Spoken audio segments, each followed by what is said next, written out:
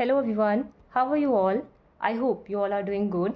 आप लोग सभी लोग अपनी प्रिपरेशन अच्छे से कर रहे होंगे और काफ़ी दिन बाद मिल रहे हैं हम लोग। इस बीच मैं चैनल पे वीडियोस भी नहीं डाल पा रही थी, तो इस वजह से चलो फिर जो वीडियो बनाने का मोटिव है ये सिर्फ इतना ही है कि आप लोगों को कई सारे बच्चों के मैसेजेस आए मेरे पास, तो इसी वजह से मैंने ये वीडियो बनाई है आप लोगों के लिए।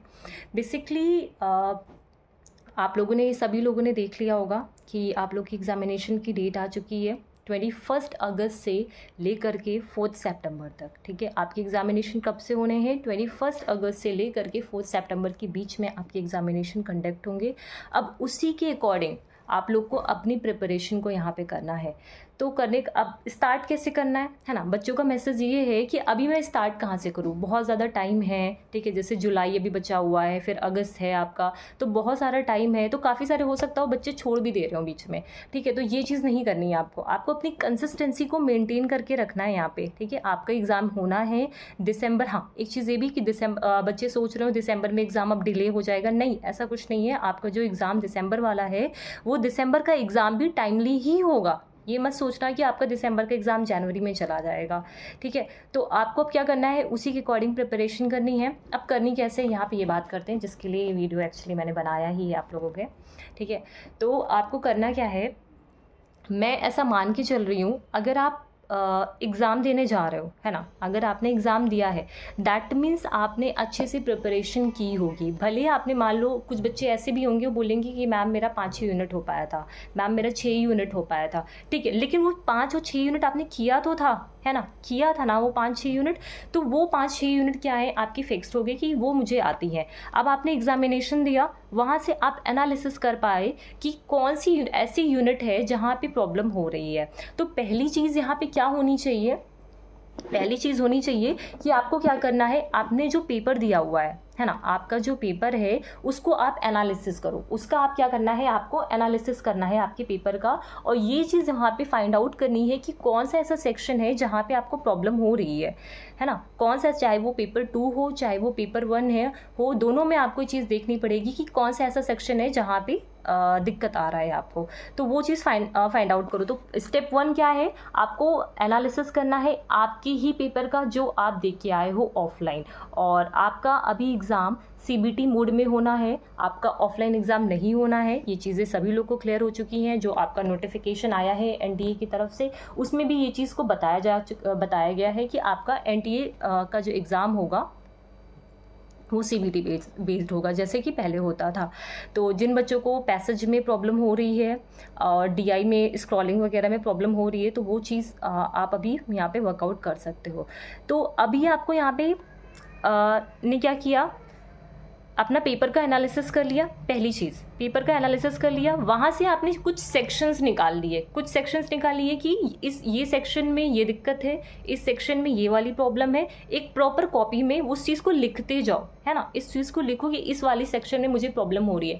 मान लो मैं कह रही हूँ यूनिट 10 है आपका, यूनिट 10 में आपको जो भी डिजीजेज हैं, है ना, उसमें प्रॉब्लम हो रही है, और आपकी जितनी भी कमिटीज़ हैं, कमीशंस हैं, उनके ईयर्स को याद करने में प्रॉब्लम हो रही है। तो उन चीज़ों को आप लिखो, और सबसे पहले जिन चीज़ों में आपको दिक्कत हो रही है, ये नहीं कि आपने जो पहले से पढ़ रखा है, मतलब 5 यूनिट अगर आपने कंप्लीट करके रखी तो दोबारा से वही 5 यूनिट पे पढ़ने पे बैठ जाओ, नहीं, ऐसा नहीं करना है। अभी आपको क्या करना है, आपके पास टाइम है, बहुत ज़्यादा टाइम है आपके पास, जुलाई है, फिर अगस्त है आपके पास, तो आप क्या कर सकते हो, उस टाइम का यूटिलाइज करो। उसको यूटिलाइज कैसे करना है, जो नई चीज़ें आपने छोड़ दी थी, मतलब जो आपने अभी जो एग्ज़ाम हुआ था 18 जून को, उस दौरान आपने जिन चीज़ों को छोड़ दिया था उन चीज़ों को अभी कवर करना है। वो पेपर 1 भी हो सकता है, पेपर 2 भी हो सकता है, दोनों पेपर के लिए मैं यहाँ पे बात कर रही हूँ। तो आपको क्या करना है, आपका पेपर 1 एंड पेपर 2 जो भी चीज़ें आपने छोड़ी है उसको कवर करना है जब आप एनालिसिस कर लोगे पेपर का अपने। ठीक है, जो भी पेपर आप देख के आए हो।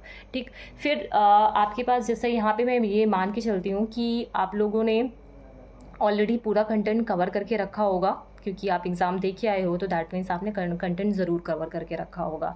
तो जो भी कंटेंट आपने कवर किया है ना, उसमें से जो नई चीज़ें या फिर जो चीज़ें आपने नहीं पढ़ी हो उसको आप पढ़िए। उसके बाद जो अब जितने भी आपके प्रीवियस ईयर के क्वेश्चंस हैं, जैसे मैंने बोला था उस टाइम पे कि टाइम बहुत कम है, तो आप लोग उधर 4-5 साल के ही पेपर लगा लो, ठीक है, तो उतने में ही हो जाएगा। बट लेकिन अभी जब आपको टाइम मौका मिल रहा है तो आपको क्या करना है, 2018 से लेकर के 2023 तक, है ना, same cheese paper 1 and paper 2 के लिए है। 2018 से लेकर के 2023 तक जितने भी आपकी प्रीवियस ईयर के क्वेश्चन है, मैंने क्वेश्चन पेपर देखा, आपके जो प्रीवियस ईयर के क्वेश्चंस हैं वो काफ़ी ज़्यादा हेल्पफुल है। अगर आप प्रीवियस ईयर के क्वेश्चंस पे भी कमांड अपनी बना लेते हो और तो वो बहुत ज़्यादा हेल्पफुल है, आपको काफ़ी ज़्यादा हेल्प करेंगे प्रीवियस ईयर के क्वेश्चन। तो ऐसा कहा भी जाता है previous is the key, actually की होती है हमारे एग्जामिनेशन की, हम समझ पाते हैं कि कैसे पैटर्न में एग्जामिनेशन आ रहे हैं, ठीक है। तो आप लोग को क्या करना है, जितने भी प्रीवियस ईयर के क्वेश्चंस हैं उसको यहाँ पे सॉल्व करना है। और एक जैसे DI, इस बार की जो DI आई थी एजुकेशन वाले बच्चों के लिए, वो थोड़ा सा लॉजिकल थी, मतलब डिफ़िकल्ट मैं नहीं कहूँगी, बट हाँ वो लॉजिकल थी। मतलब वहाँ पे 2 टेबल एक्चुअली दे रखा था बच्चों को कंफ्यूज करने के लिए, 2 टेबल दे दिया तो बच्चे कंफ्यूज हो रहे होंगे कि कौन सी टेबल में हमें कौन सा डेटा मिलना है। तो ये चीज़ें वहाँ थी, मैंने जब DI को देखा वहाँ पे। तो आपको अभी क्या करना है, अपने DI पे काम करना है ना। DI है और रीडिंग कॉम्प्रीहेंशन इस बार का बहुत ज़्यादा ईजी था। जो आपका रीडिंग कॉम्प्रीहेंशन था वो बहुत ईजी था, ठीक है। तो रीडिंग कॉम्प्रीहेंशन 2 हो गए आपके, पेपर 2 में 2 हो गया, पेपर 1 में 2 हो गया। 5-5 क्वेश्चन आते हैं। 15 क्वेश्चन आपको कहाँ से मिले, रीडिंग कॉम्प्रीहेंशन से मिले, ठीक है। 15 क्वेश्चन यहाँ से मिले, 15 मतलब 30 नंबर, है ना। 5 नंबर पेपर 1 में मिल गया, 10 यहाँ पे 20 नंबर आपको इधर से मिल गए, 2-2 नंबर के पेपर 2 में मिल गए।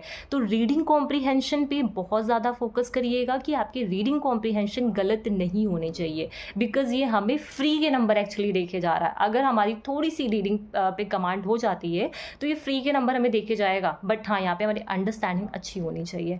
फिर बात DI की बात करते हैं। DI के लिए अभी से अगर आप लग जाते हो तो आपके पास सफिशिएंट टाइम है ना, सफिशिएंट टाइम है। DI की अभी क्या करना है, आपको लॉजिक को समझना है। जितने भी प्रीवियस ईयर में क्वेश्चंस आए हुए हैं DI के लिए, तो मैं यही प्रेफर करती हूँ कि हमेशा आप PYQ की DYQ को लगाओ, PYQ की जो DI है वो लगाओ यहाँ पे, ना कि दूसरे जो DI आई हुई है उनको लगाना स्टार्ट कर दो, ठीक है। क्योंकि जो बैंकिंग वगैरह में DI वगैरह आती है वो बहुत ज़्यादा डिफिकल्ट होती है, ठीक है। तो उसको लगाने की यहाँ पे ज़रूरत नहीं है। आपको क्या करना है, आपके पेपर के जो प्रीवियस ईयर में DI आई हुई है उन्हीं DI को यहाँ पे लगाना है। तो reading comprehension and DI daily basis पे एक आपको टाइम निकालना है, डेली बेसिस पे आपको रीडिंग कॉम्प्रीहेंशन एंड DI करना ही करना है, ठीक है।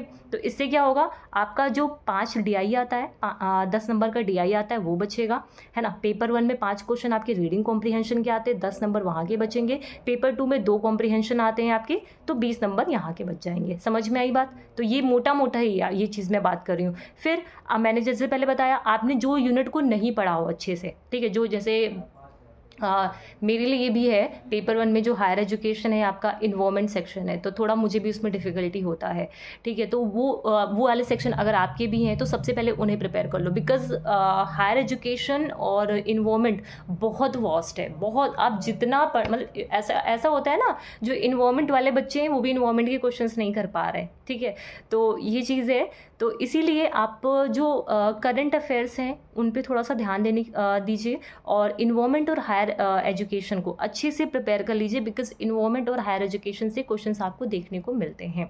फिर आपकी लॉजिकल रीजनिंग हो गई। लॉजिकल रीजनिंग के लिए भी प्रीवियस ईयर के क्वेश्चंस को लगाइए। प्रीवियस ईयर के क्वेश्चंस अवेलेबल हैं, चाहे आप किसी बुक से सॉल्व कर सकते हो, इवन आपको वेबसाइट पर भी डाउनलोडेड मिल जाएंगे। मैंने बता रखा हुआ कैसे आपको प्रीवियस ईयर के पेपर को डाउनलोड भी करना है, ठीक है। उसके अलावा मैं टेलीग्राम पर भी क्वेश्चंस अपडेट करती रहती हूँ। तो मैंने इससे पहले जब आपका एग्जाम हुआ था उससे पहले मैं काफ़ी सारे मैंने मैथमेटिकल रीजनिंग के, लॉजिकल रीजनिंग के, ICT के काफ़ी सारे क्वेश्चंस दिए भी हुए हैं, तो आप जाकर के उसको भी सॉल्व कर सकते हो, ठीक है। और जो प्रीवियस ईयर के वो तो सॉल्व करना ही करना है। तो ये सारी चीज़ें आपको अभी, ठीक है, अभी कुछ ये मत करना कि अब नोट्स बनाने बैठ जाओ। नोट्स बनाने का टाइम नहीं है अभी। आपने जो चीज़ें नहीं पढ़ी है बस उस पर ध्यान देने का टाइम है और रिवीजन करने का टाइम है, ठीक है। तो इस तरीके से आपको अब अपनी शुरुआत करनी है। यहाँ पे काफ़ी सारे बच्चे पूछ रहे थे, तो इसी वजह से तो ऐसे अपनी स्टार्टिंग करिए। प्रॉपर एक टाइम टेबल तैयार करिए कि आपको 2 घंटे पढ़ना है, 4 घंटे पढ़ना, मतलब ये डिपेंड करता है, सबका अपना अपना अलग होता है कैसे आपको पढ़ना है। तो ये तो मैं यहाँ पे बात नहीं करूँगी।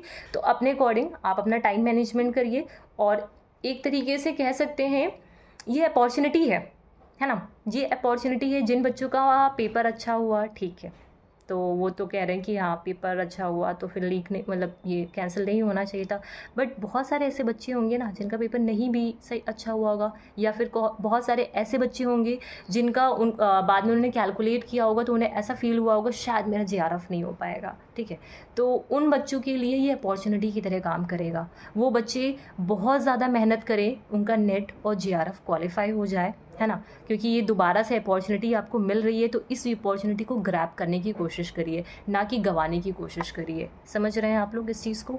तो ये सारी चीज़ें करनी है। एंड उसके अलावा एक इन्फॉर्मेशन है कि मेरा एक एग्ज़ाम लगा हुआ है एक्चुअली, तो जिसकी वजह से मैं क्लासेस यहाँ पे अभी नहीं ले पा रही हूँ, बिकॉज़ ऐसा हो रहा है ना कि मेरी थोड़ी सी उधर प्रिपरेशन की वजह से मैं इधर टाइम नहीं दे पा रही हूँ। फिर भी मैं जो भी कंटेंट वगैरह होता है वो टेलीग्राम पे अपडेट करती रहती हूँ। बट आप लोग की जो प्रॉपर क्लासेस हैं वो आफ्टर 20, ठीक है, आफ्टर 20 फिर से रेगुलर हम लोग रिवीजन करेंगे। पहले तो मैं मैराथन सेशन आप लोग के कराऊंगी, ठीक है, जितने भी मैराथन, मतलब 2-3 मैराथन में करा सकती हूँ वो सारे मैराथन सेशन करेंगे। उसके अलावा जितने भी प्रीवियस ईयर के क्वेश्चन है, ज़्यादा से ज़्यादा क्वेश्चन प्रैक्टिस करने की यहाँ पे हम कोशिश करेंगे। तो ये सारी चीज़ें जो हैं आफ्टर 20 जो क्लासेस स्टार्ट होंगी वहाँ से हम लोग स्टार्ट करेंगे। तब तक के लिए आपको जो मैंने चीज़ें बताई हैं कि आपको पहले पेपर का एनालिसिस करना है, उसके अकॉर्डिंग आपको सेक्शन फाइंड आउट करने हैं कि कौन से सेक्शन में हमें फिर से मेहनत करने की ज़रूरत है, यहाँ पे उन सेक्शन पे पहले काम करना है। उसके बाद प्रीवियस ईयर के क्वेश्चंस लगाने हैं और डेली बेसिस पे DI और रीजनिंग को लगाना ही लगाना है। बिकॉज मैंने इस बार का पेपर देखा तो मुझे ऐसा लगा कि जिन बच्चों का DI और रीडिंग कॉम्प्रिहेंशन अगर सही हुआ होगा ना तो वो JRF बहुत अच्छे से ला सकते थे। ठीक है, कि इसी वजह से तो होता नहीं कि हम लोग को लगता है कि रीडिंग कॉम्प्रिहेंशन हो जाएगा तो इस वजह से हम छोड़ देते हैं। तो ये चीज़ मत करिएगा, रीडिंग कॉम्प्रिहेंशन को बहुत अच्छे से करिए और बहुत अच्छे नंबर वो देखे जाता है। और आपको DI के लिए आपको पास टाइम मिल रहा है तो DI आप लोग प्रैक्टिस करिए, ठीक है। और जो हम लोग की क्लासेस हैं वो 20 के बाद स्टार्ट होंगी, ठीक है। चलो फिर, तो इसीलिए ये वीडियो मैंने बनाया। मैं 1-2 दिन से सोच रही थी वीडियो बनाने के लिए, बट कुछ चीज़ें थी ऐसी जिसकी वजह से वीडियोस नहीं बन पा रही थी। तो अभी जो क्लासेस हैं, और हाँ, जो भी कंटेंट है वो आप लोग को मैंने एक प्लेलिस्ट आप लोग को शेयर किया हुआ है, आपको व्हाट्सएप ग्रुप पे भी मिल जाएगा, टेलीग्राम पे भी मिल जाएगा। तो वहाँ पे, और इवन मैंने कम्युनिटी टैब पे भी प्लेलिस्ट शेयर कर दी है डिटेल कंटेंट की। तो चाहो तो आप उसे सुनो, है ना। कभी कभी पता है ऐसा होता है ना, मेरे साथ तो होता है कि आपको चीज़ें सुनने से समझ में आ जाती हैं, है ना। हम लिखने में जुटे रहते हैं बट नहीं होता है। बट कभी कभी ऐसा होता है ना, हम चीज़ों, जैसे बहुत सारी वीडियोस देखी, हम सुन रहे हैं उसे कहानी की तरह सुनते जा रहे हैं, तो एग्जामिनेशन में वर्कआउट करती है वो, ठीक है। वर्कआउट वो बहुत अच्छे से वर्कआउट करते हैं जब हम चीज़ों को सुनते हैं। सुनने का मतलब हमारी सेंस ऑर्गन्स वहाँ पे इन्वॉल्व होती हैं उस टाइम पे, ठीक है। तो नहीं आप अगर लिख सकते हो तो उन वीडियोज़ को सुनो, है ना। बहुत लंबी लंबी वीडियोस नहीं है, तो छोटी छोटी सी वीडियोस हैं, उनको सुनिए आप। तो सुनने से भी काफ़ी सारी चीज़ें आपको समझ में आ जाएंगी यहाँ पे, ठीक। तो ये सारी चीज़ें थी, तो आप लोग अच्छे से प्रिपरेशन करिए, है ना। उम्मीद करती हूँ सभी बच्चों को अच्छे से, जिनका भी नेट और JRF का है, या बहुत सारे बच्चे ऐसे जिनका नेट कई बार क्वालिफाई हो चुका है, JRF नहीं हो पाया है, तो वो लोग JRF के लिए भी प्रिपरेशन करिए, कोशिश करिए इसी बार में JRF निकल जाए। बिकॉज़ टाइम टू टाइम आप देखते ही जा रहे हो कि जो एग्ज़ामिनेशन का लेवल है वो बहुत बढ़ता जा रहा है ना। डिफ़िकल्टी बढ़ती जा रही है, नंबर ऑफ़ कैंडिडेट्स भी बढ़ते जा रहे हैं। तो इसी वजह से कोशिश करो कि जितना जल्दी हो सकता है JRF लेकर आओ, नेट अपना क्वालिफाई करो अगर नेट के लिए अप्लाई किया है। तो ये सारी चीज़ें हैं। और जो बच्चे व्हाट्सएप ग्रुप पे रिक्वेस्ट भेज रहे हैं, तो मैं उन बच्चों की रिक्वेस्ट अप्रूव कर दूंगी, लेकिन अभी मैं इसलिए अप्रूव नहीं कर पा रही हूँ बिकॉज़ ऐसा है कि अभी मैं अगर अप्रूव भी कर दूँ तो आपको चैनल पे कुछ शो नहीं, व्हाट्सएप ग्रुप पे कुछ शो नहीं होगा, बिकॉज़ मैं अभी कुछ व्हाट्सएप ग्रुप पे अपडेट नहीं कर रही हूँ। तो जितनी भी अपडेट्स हैं व्हाट्सएप ग्रुप पे वो आफ्टर 20 होंगी। तो आफ्टर 20 मैं वो जो रिक्वेस्ट आई हुई हैं उन रिक्वेस्ट को अप्रूव कर दूंगी। तो उसके लिए रिलैक्स रहो। तब तक का आप लोग टेलीग्राम पे मैं काफ़ी सारे कंटेंट शेयर कर रही हूँ, ठीक है। इस टाइम पे भी मैंने आज भी कई सारे कंटेंट को शेयर किया है। डेली रिलेटेड जो भी करंट अफेयर्स वगैरह होंगे वो भी मैं शेयर करती रहूँगी।